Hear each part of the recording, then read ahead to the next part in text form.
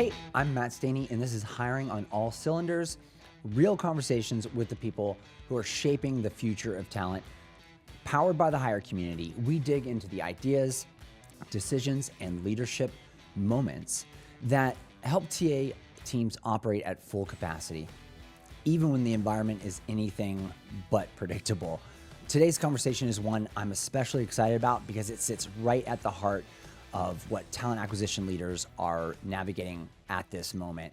I am joined by Mary Price, an enterprise talent leader who brings a grounded, pragmatic perspective to scaling teams, building trust with the business, and evolving how TA actually operates when sources are constrained or expectations are high, which I think is where we all are right now. And today we're going to talk about three things that are top of mind for TA leaders right now: practical uses of AI, how TA operating models are shifting and evolving in leaner environments, and then how leaders are reframing success with stakeholders beyond traditional metrics. Mary, welcome to Hiring on All Cylinders. Thank you. I'm so excited to be here with you. Yeah. Thank you for having me. Yeah, I'm glad you're excited here. to get into it. I'm excited to get this going. Let's start with the top topic in every conversation with every TA leader or recruiter I talk to, which is AI. But let's take a real practical lens on that and try to help those listening here decipher between what's real and what's reality, or risky, even I should say, right? And so AI is everywhere in recruiting right now. Every vendor pitch, every roadmap, every board level conversation, every conversation I'm having with TA leaders, when I ask them their challenges, we're trying to figure out our tech stack, or we're trying to find, we're trying to learn more about how to leverage this, right? And so from your perspective, where are you seeing AI genuinely add value in TA today? Not in theory, but in real workflows. Yeah. It's a great question. It is a topic that I'm also consuming myself with. So even on the way here on the train, I'm listening to podcasts that are talking about AI application in recruiting. How are we using it? How are we thinking about it? So I think it's important that as TA leaders, we are staying in tune with what's happening in the market, and different people are doing different things depending on the tools that they're using. So I'll speak about how we're practically using it from the top of the funnel all the way down. So I would say just even 2 years ago, LinkedIn had come out with an AI recruiter certification through the LinkedIn platform because they were making a huge push into AI across LinkedIn Recruiter. And so I saw that as a clear opportunity to make sure that I was investing in the skill development of my team. And I required every single person within recruiting and talent management, because they had 2 certifications, one for HR and talent management and one for recruiters, to go through that certification. And at that time, they had opened it up. It was free for everyone. And the reason I wanted everyone to do that was because LinkedIn is our main recruiting tool, it's big, right? and it's a big investment, right? And so Huge you wanted to investment. learn about AI, but also specifically LinkedIn's application of it. Exactly. What do you think about that? I've heard sort of mixed things on there. Yeah. I mean, I think, look, LinkedIn isn't trying to be everything to everybody, but I do think the investments that they're making are smart, specifically when it comes to sourcing and outreach and, the search. So one of the ways that we're applying it right now, so yes, everyone went and got certified, but one of the key ways that we're applying it right now is in in-mail creation, which personalizes in-mails. That's something that when I worked at LinkedIn, my gosh, 7 or 8 years ago at this point, it's been a while, 6 years ago, LinkedIn would really train you on how to get a response. And how you would do that was by personalizing your in-mail. And so as a recruiter, you would need to take the time, Super time consuming. and a lot of time, right? And this is the step people would avoid, and read the profile, try to find some point that you could personalize, whether it was, hey, I noticed 30% of the people that recommended you said you're really great at strategy. And we're looking for someone who's great at strategy. Well, now the AI in LinkedIn Recruiter can do that for you. Maybe not to that exact detail, but it can call out very specific things that you're looking for or match those into your job description or your own keyword searches. And so we've seen a huge increase in in-mail acceptance rates because of the personalization. We've also seen our recruiters actively use that feature, and then use the AI searches. So we're seeing, our time to find candidates shrink, the more qualified candidates increase versus this guessing game. So that's one way. Another way is we use BrightHire. So BrightHire, for those that don't know, it's an interview intelligence tool. It basically helps to transcribe the interviews. And for us, that transcription, that video being saved, helps us calibrate with our hiring managers. Before they even meet the candidate, they're able to watch the interview back. They can better prepare for the interview. So you're talking about an increase in, hopefully, quality of hire, and we've seen that actually with our AEs, and I can talk about that in a little bit. Increase in calibration speed, increase in collaboration, because if you've never worked with a hiring manager before, you can also watch back the interview. So I see all of that, and those are two examples of like sourcing and then interviews as a huge way that we're getting faster, smarter, collaborating better because of AI. What it's not doing for us is making decisions. And that's the key distinction. For us, we're very clear on humans being at the center of the judgment and the decision making. But we're using AI to get through kind of some of the muck and the administrative burden that, reduces our ability to move more quickly. Talentful provides flexible recruiting solutions to the world's most ambitious companies. Are you thinking about ways to add flexibility to your talent function? With recent market volatility and hiring set to return to growth mode in the near future, there's never been a better time to choose the right partner to help you scale. Talentful's embedded sourcing, recruiting, coordination, and talent advisory services have been trusted by the world's leading brands. Companies such as Atlassian, Microsoft, Expedia, Pinterest, Waymo, and more. Whether you're hiring across engineering, go-to-market, or G&A, Talentful has got you covered. To find out how Talentful can help you, visit talentful.com. Just to review, it sounds like you quickly worked with your team to implement AI in ways that helped with, more effective candidate communication. Yeah. It sounds like, being able to personalize that communication at scale. Also with the BrightHire, which I'm hearing a lot of community members utilizing, using that to where you don't have to worry about taking notes. You can really be present, and Right. Focus on the follow-up questions, focus on being present with the candidate, which was always a struggle, right? I remember interviewing candidates and I'm, just trying to take copious notes. Totally. That's gone. But beyond that, Yeah. it sounds like AI, beyond just the notes, being able to analyze, help. Something I've heard also about BrightHire, maybe you can validate this, is like getting hiring managers to fill out scorecards and give feedback easier because it gives good output. Like being able to do the intake meeting with the hiring manager and have the note taker take it, but then give a summary of that screen call they just had with a candidate and present the candidate more better. And so like overall, it seems like just more efficiency in communication And process. Yeah. Because of compliance, like you do need to submit scorecards. Now, hiring managers don't even need to worry about it. That was the Achilles heel, right? Yeah. And sometimes as recruiting teams, we would say, hey, we have SLAs, you have SLAs, like there's a partnership. We need you to submit this before we just, go on into the process because we don't have that feedback. And we need that feedback so that we're calibrated and aligned. Now, it'll get uploaded. So thank goodness for BrightHire because it makes it so easy. It's foolproof. It should take you 2 minutes instead of 15 to 20 to fill out your scorecard. And tools like that also, they're also not making judgments, but they are helping you be better. For example, in BrightHire, it'll flag certain things. If the candidate mentions, I actually am in another process and I have a competing offer, it'll flag that for you. So it'll say, hey, here are your follow-ups and action items, things you should do if you really want to move forward with this candidate.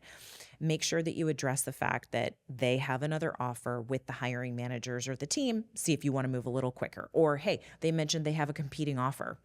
You should address this. Amazing. So, so then that context, it can help you draft, that submitting that candidate to the hiring manager and with all that that criteria. You're not forgetting Exactly. something. You're not Exactly. relying on just your brain. You have sort of Totally. this second brain Yes. that's helping you Yeah. not drop the ball on anything. Exactly. Yeah. It's like Sonic and Tails, if you know Very the movie. cool. I mean, so with all of this, that you've implemented from the LinkedIn, AI sourcing to, Bright Hire, what would you say, have you seen sort of a time savings or productivity savings? What does that look like? And or even an improvement in quality with candidates? Yeah.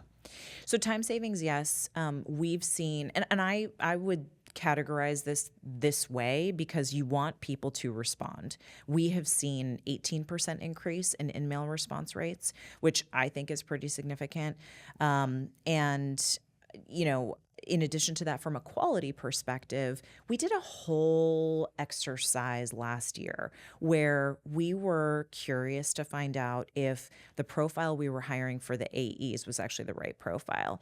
And it turned out that it wasn't. When we looked at our most successful account executives, they had different years of experience, different backgrounds, different companies that they were working at than what we were initially searching for. And that initial profile search had come from someone that worked at some company that said, this is the thing we need. But it was the thing that company needed, not necessarily our company. But when we did the actual academic review of who are our top performers, where did they come from, what do they do, what differentiates them, we were able to build a profile around them. And that we used AI, we used Copilot to really just assess, the top performers and then do the evaluation of their resumes and backgrounds. Oh, nice. So you'd meet with them, get their resume, their LinkedIn. Yeah. Ask them some questions. Yeah. You'd capture all that with AI. Yes. And it would do sort of an analysis, almost build here's the persona. Yes. And that it you gave should us now the go. persona, and it gave us sort of okay, this is really the new sort of requirements of what you're after when we look at our top performers. So let's build a profile around our top performers. So we did that. We've also seen a 32% decrease in attrition since hiring this new AE profile. Oh, wow. Which is major. So when you think of, you talk about quality of hire, and there's a lot that goes into measuring quality of hire. Just looking at the attrition decrease gives us the confidence that we're doing something better here. We've calibrated better on the profile, what success looks like. We've just had a couple of really strong quarters as a business, and we know AEs take, at least 6 months to ramp. So all that math starts to track. We've done other things as well. We've invested in leadership development training for our leaders. So, it's a shavings make a pile thing, but I think that's a perfect use case in terms of how AI really helped us explore what was the right profile and how do we build job descriptions, and then use Bright Hire to build interview plans against that profile, calibrate with our hiring managers, and then move forward. So we're seeing things move in the right direction. And I think it's a culmination of things, but I would say that those are some of the ways that AI has played a role in this as well. Yeah, it sounds like a Yeah. real tangible impact. I mean, Yeah. in such a short time. Yeah. Right? Usually to Yeah. get that kind of efficiency gain in the Yeah. past, it was Yeah. much more incremental. That's fantastic. Yeah. And so let's talk about risk, right? There's been a lot of recent litigation with Workday. There's a new one with Eightfold coming out. I think both looking at it from a different perspective, right? I think the one with the Mobility Workday seems to be more focused on your true discrimination or bias type of issue, right? With the matching and who's in the decision chain. So I love that you're talking about how AI is not in the decision; it's helping. It's more from a productivity standpoint at this point, clear communication standpoint, and it seems like this new one with Eightfold is really about the intelligence gathering. They're gathering and taking public information to sort of score candidates on things like they're a team, they're team oriented, or their likeliness to be successful in the role, right, off of more like public available data, and these candidates not having access to that, right? But from a TA perspective, we've been gathering intelligent candidates for sourcing and talent intelligence for a long time. Yeah. I think what makes it different is that it's an algorithm doing Right. this, right? And if candidates don't have visibility into that to correct any mistakes or Right. things like that, there's an issue, right? And so there's all this risk now, both from the the decision chain to the data that AI is giving us to make decisions, not make decisions itself, but just to make those decisions, right? And so, Yeah. as teams experiment more, and it sounds like your team is well into, past the experimental phase and really deeply embedding this, right? Where do you think leaders can be or should be, more cautious with this? I think it's really important for leaders to be cautious around AI replacing human judgment and decision making, because we are not a bunch of machines doing the jobs. We're just not there. Maybe 20 years from now, that will be the case, but we are not at that stage at this point. I don't believe that a machine or an algorithm or an agent should be making a decision on Matt getting the job versus Mary getting the job. There's too much that is less, ones and zeros. Like, there's the qualitative piece, there's the human connection, there's the, when I look you in the eye, do I trust you? Do I believe what you're saying? Do I feel like we would work well together? Those are feelings. Those are things you can't replace. It's different than, and I'm not talking about, the kind of biases that people maybe say, oh, I only want to hire people I want to get a beer with. That's very junior thinking. You do hear that sometimes. That's obviously not. We're trying to hire based on skill. We're also trying to hire based on, is this person going to add to our culture? Do we feel like we can work together? We understand each other. Those are the interpersonal skills that will always matter as long as human beings are walking this earth. That's just the truth. Yeah. Right? I agree. AI at its core, what I learned in AI engineering school was that it is a prediction machine. It's really good at calculating. Yeah. It's really good at finding patterns and connections between things. But I think I was having a conversation on LinkedIn with a bunch of people from a post that I was talking about how, there's this whole emotional labor side of recruiting. Yeah. Right? That we have to do. We have to give candidates hard news on decisions we didn't make. We have to, really assess, someone from more of those soft skills that you're talking about. AI doesn't have the context for stuff like that. Even if you're building these AI agents and giving them a name and putting them through onboarding process, which I'm hearing some are doing, and they're working as sort of assistants to these recruiters, like they don't have the perspective or context of the human experience, right? Totally. And so I love that you're using it like from a productivity standpoint for data analysis and stuff like that. But yeah, you're right. I don't think that it'll ever replace that. And I don't think we would want that. No, right? I don't think we want that. I think people are indexing and approaching AI as like, oh, it's a slam dunk. It's not. It's a layup, or it's an assist, or it's a pass before you go up and, get my son plays basketball, so it's kind of on the brain right now. But before he scores, but AI is not going to score. It's like the human person is going to. And even as we were just talking, I started thinking about when you're hiring leaders and you're hiring someone to coach a team and bring out the best in them. One thing is the result, but truly the distinction, especially when you're hiring leaders, is the human connection. Yeah.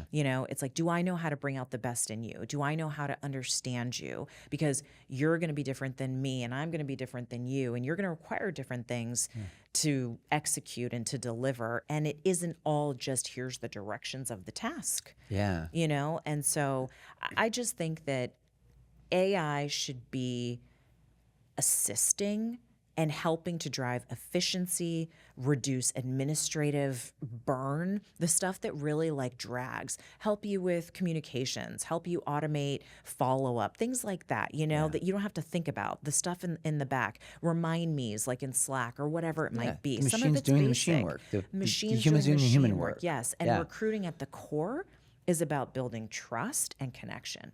AI will never do that. Yeah, you're Ever. right. And I think you're hitting the true, core of the human element, right? Which is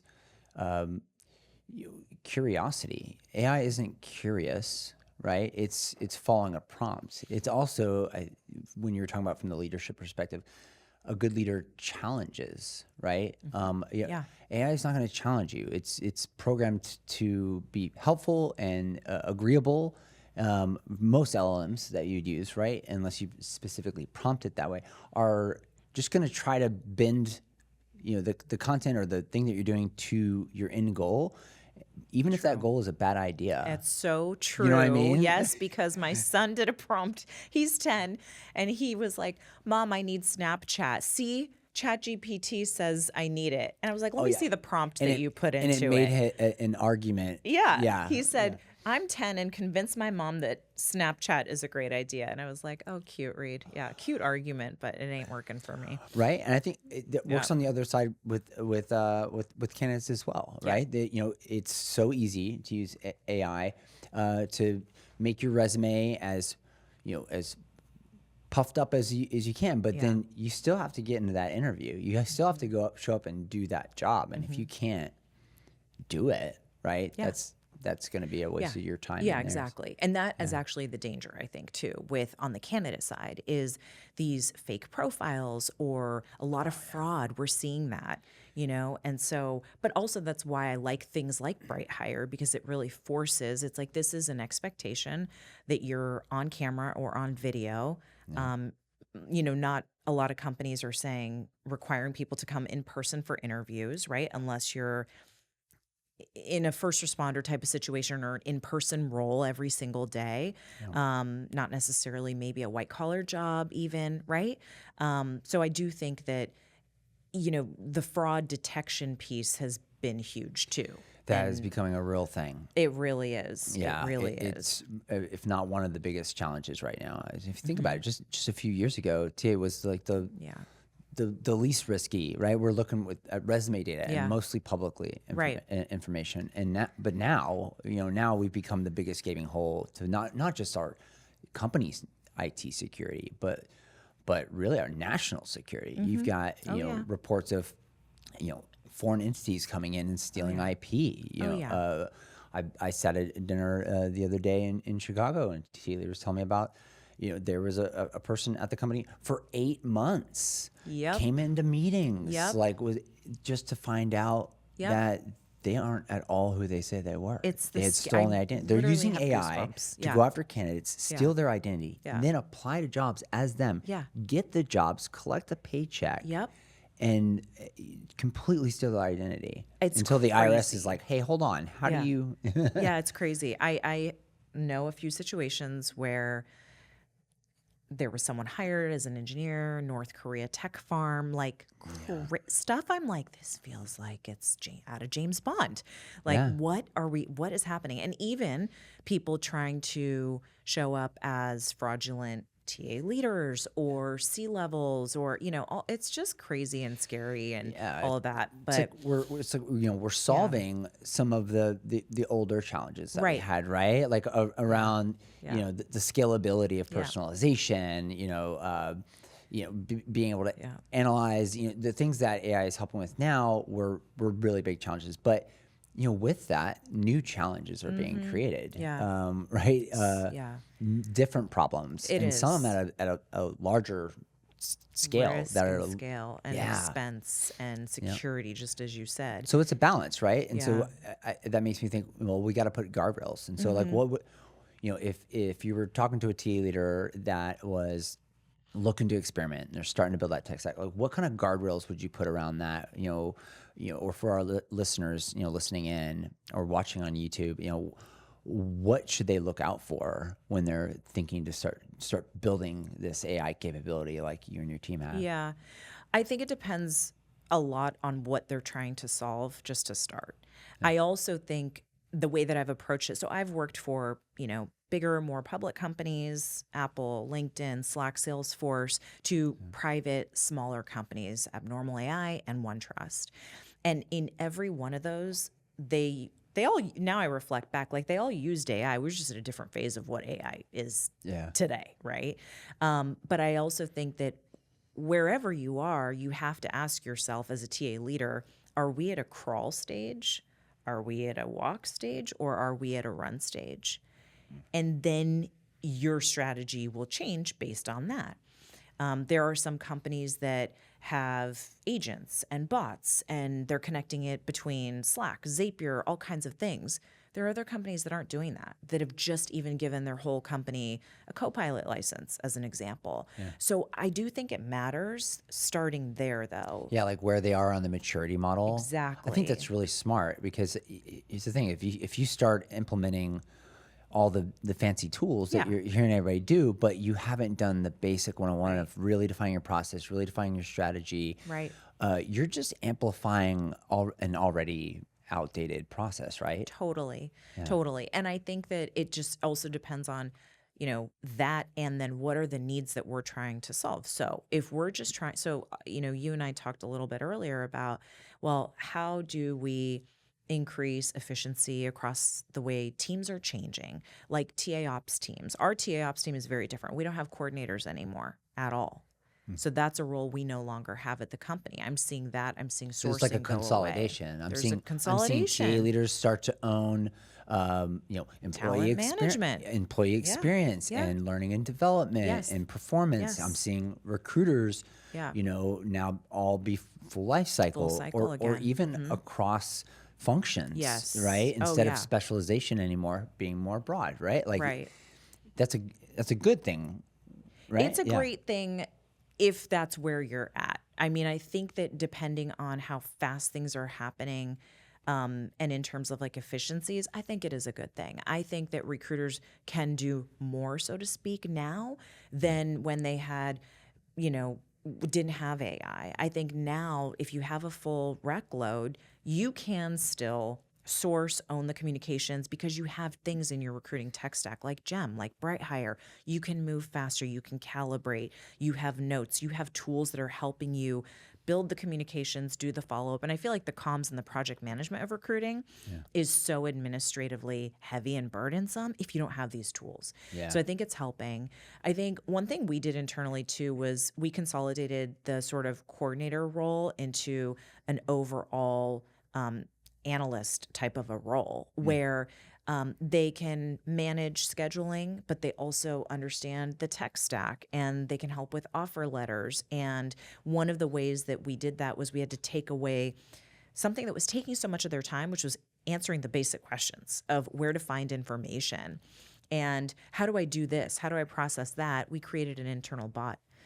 And we worked with our IT team to do that so that it scans the employee resources hub, our internal SharePoint page, and our entire team now has this bot. And they can just type in and search the question. It points you exactly to the SharePoint page where the benefits information is, as an example, or how do I process this or do that.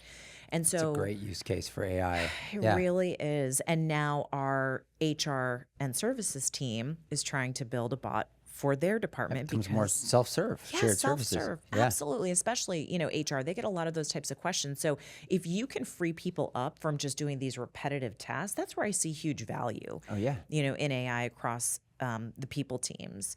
But yeah, to your point, like, even me, I'm leading talent acquisition and L&D, and it's fun. I love it. I think it's really, really cool. But you are seeing a lot of consolidation. And again, different stages, different companies, they'll require different things. I'm doing that now. I may not do that in the future. Right? So it just depends on how the business is going to change and evolve. That's really interesting. It's almost because these processes are getting closer to one another. The consolidation isn't because AI is taking some of the administrative. It's that these things are becoming more interlinked than before, right? Because like when we were talking about how AI is changing skills so often, that like it more than just the economic volatility, creating really huge issues from a workforce planning standpoint. It seems like the disruptive nature of AI and technology is changing skill sets so fast that companies are having to reorg and stuff like that.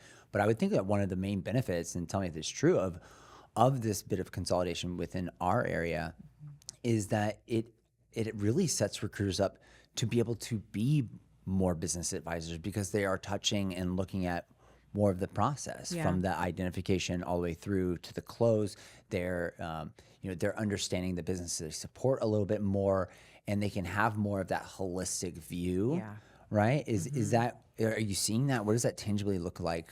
I on your am team? seeing that for sure. I think that we got to a place, I would say, in like between 2020 and 2022, where it was like growth at all costs.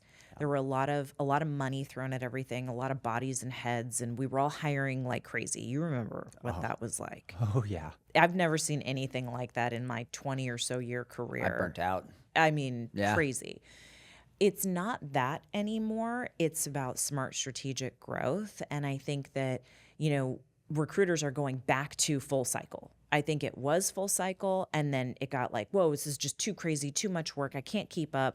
So then we have sourcers specializations and started specialization. happening. Yeah. Exactly. And now it's this moment where you can kind of do all of that again, but smarter, better, faster. I'm not necessarily seeing rec loads change, but I'm seeing recruiters be able to do everything across the funnel a lot better, which is also making them more informed because they're not so far from the sourcing anymore. Yeah. I mean, let's be honest, like, it's not even about, trying to automate things to increase rec loads. If anything, recruiting was always a job where if you leave each day going, gosh, I dropped the ball somewhere. I hope because there's all that, you sort of get rid of some of the admin, you free up some of that stuff that burns you out a little bit more, the repetitive stuff, but it frees you up to actually do the job.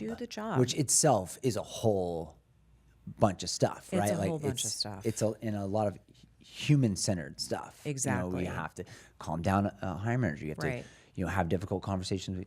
99% of the candidates recruiters talk to, they're saying no to their dream, right? Like that. There's real energetic labor involved in that, right? And so now they can really put that energy towards that. I love that. And so let's walk through now. You were talking about with hiring managers, right? And how we need to sort of redesign the TA operating model.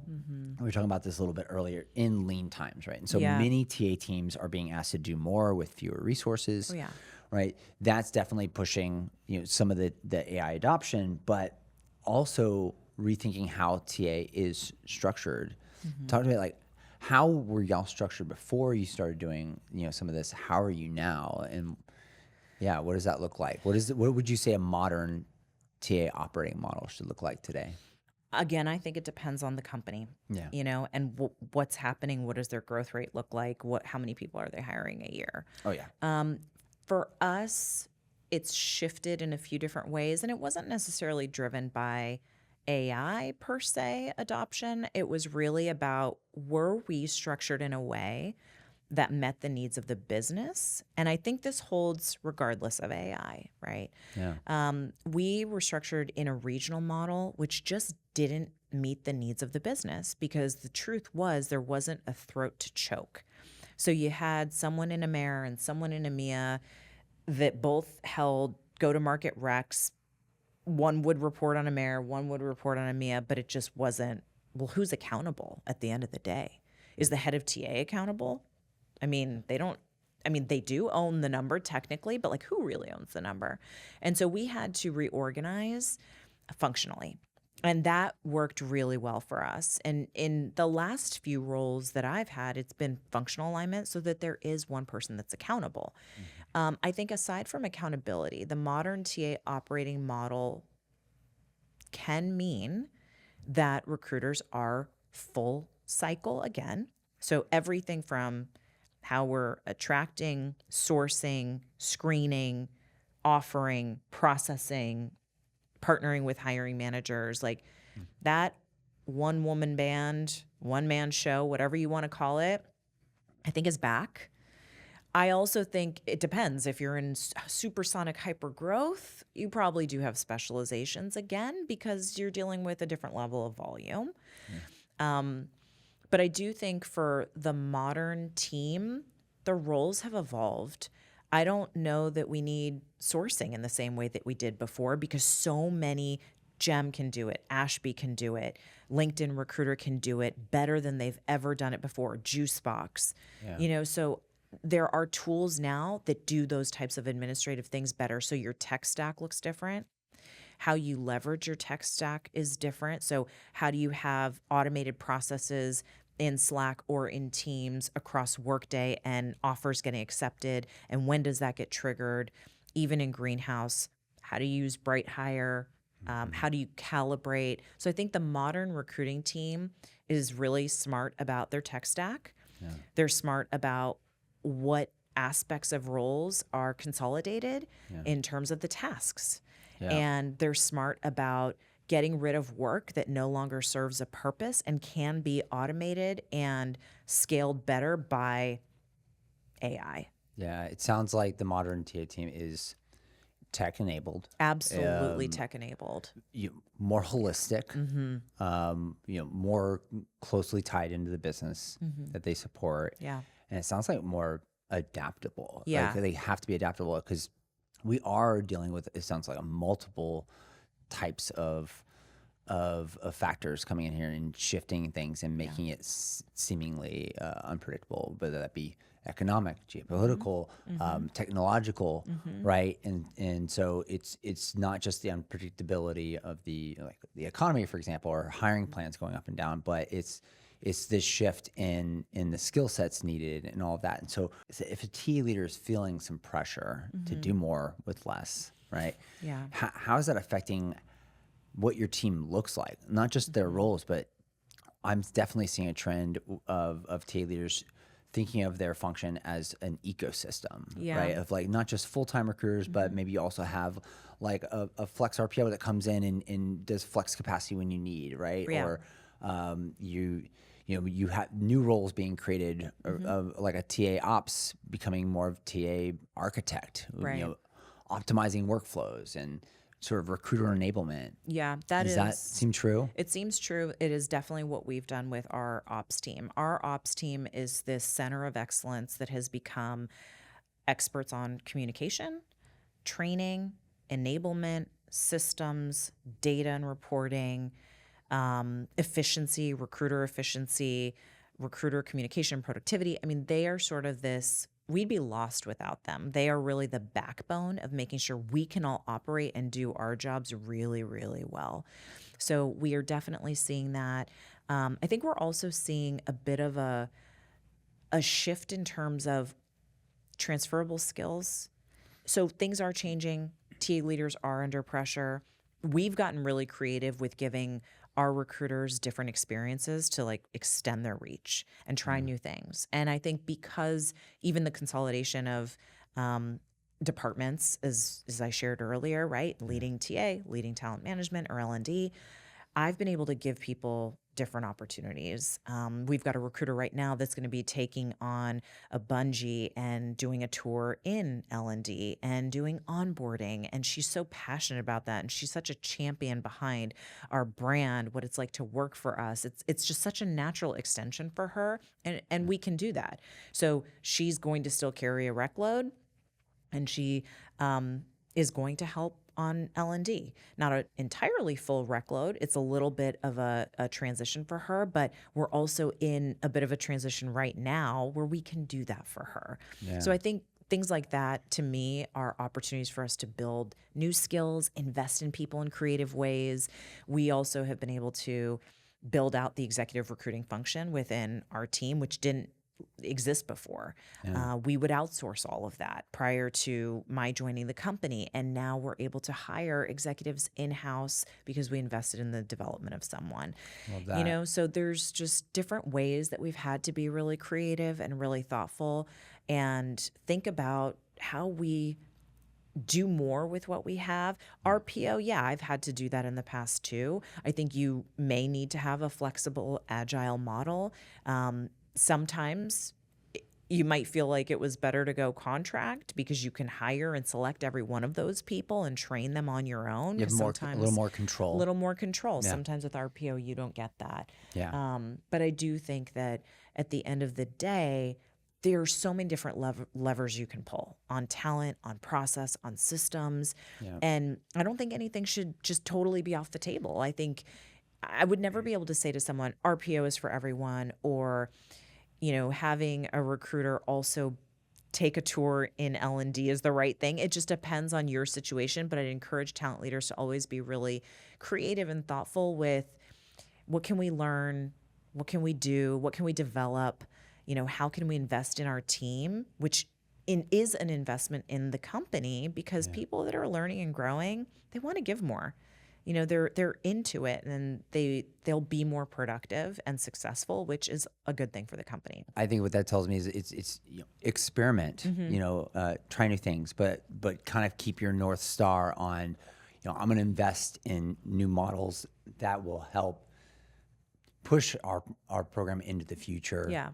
Not kind of keep us in the past. I love that. Let's end a little bit on that stakeholder trust. It seems to be the other big, big boulder everyone's pushing down, and shifting from, more of a productivity metric focus to much more of a qualitative focus. Yeah. How does that look like for you and your team? I mean, productivity is also always going to be kind of table stakes. If your team isn't delivering, there's no question the stakeholder isn't going to trust you. But even just before that, the qualitative piece is squarely based on trust. Do you do what you say you're going to do? Do you follow up? Do you bring things that go beyond kind of the obvious of, hey, we're burning down that hiring target? I mean, beyond that. Do you see that conversation shifting? Is there different data that the business is asking from you and your team now? I think, it goes into where you're at as a company. I think a lot about our CTO, who started maybe 9 months ago and has been on a journey with us and is an incredible partner. We're lucky in that way. I think sometimes, we all have challenging stakeholders, but he is looking for more of that partner in the talent landscape. And so we can share where we're seeing friction, whether it's with compensation or a new role that we're hiring for in India that we've never hired before. And it's a, US team that's hiring that team in India, and they've never led teams in India. So how are we working together to bring everyone on the same page? That is more the qualitative partnership. And that's where you go past, like, we're taking an order to fill a role. It's like, hey, here's where we're seeing friction. Here's what we're doing about it. What are you seeing? Here's where we think you can help. What do you think? Yeah, it's this feedback loop, right? Yeah. And so recruiters really in a seat to be able to help even before the rec is opened up on, well, should we even be hiring for a full time for this? Right. Should we be hiring a contract for this? Should we be looking internally? Because we're part of the L&D team now, and like we can see there's some new skills being created internally. Like, let's give these people a shot. Or I've got that recruiter that wants to help out in this other area, right? Like there's there's things that we can do strategically before having to turn on the whole engine. Yeah. No, that's great. And that's moving from reactive to truly proactive business partner. Yeah. And I would say that, like, being tight in terms of the four legs of the stool, I always talk about this with my team. There's HR, there's TA, there's finance, and there's ops. And those four teams together in sync and in unison and aligned really support that executive. And so having those, like, consistent meetings and cadences and making sure that you're all on the same page is really critical, because that way you as a team can support this executive and make sure, and then the exec knows, hey, I got a whole team behind me that's making sure that we're hiring the best talent on time, we're solving for whatever gaps exist in our process or our comp or maybe even the profile, and we're going to build the right team. Because without that team, we may miss on product roadmap or revenue targets or whatever. But I think all of that is also in terms of the qualitative piece. It's like, and that's what AI is not going to replace. That's right. Right? Is those relationships and making sure that those teams are in sync. Awesome. Yeah. All right. Closing question. Okay. So as you look ahead, what's the one mindset or capability you think TA leaders must develop to stay relevant and trusted over the next maybe few years? Wow. I would say, how do I continue to test and iterate while keeping my team and people at the forefront of all of this? AI is going to change so much of our process, of our systems, of our tech stack, but how do we keep people and human beings at the center of recruiting and business? Because that is what it's all about. So I would say that in some ways, maybe it's a mindset that continues, but stays in check in terms of people are the priority. Without people, we have nothing. We won't be able to sell, execute on that roadmap. So how do we always just keep, people at the heart of it? Love it. Yeah. That's great. Awesome. Mary, this has been such a great, grounding, thoughtful discussion. Just thank you for sharing, not just what you're seeing in the market, but, how you're thinking through leadership, the structure, and the impact that talent should have. So, and to our listeners, thanks for joining us. If you liked what you're hearing on Hiring on All Cylinders podcast, and if this conversation really resonated for you, make sure to follow, subscribe, and connect with us through the Hire community. Until next time, let's keep hiring.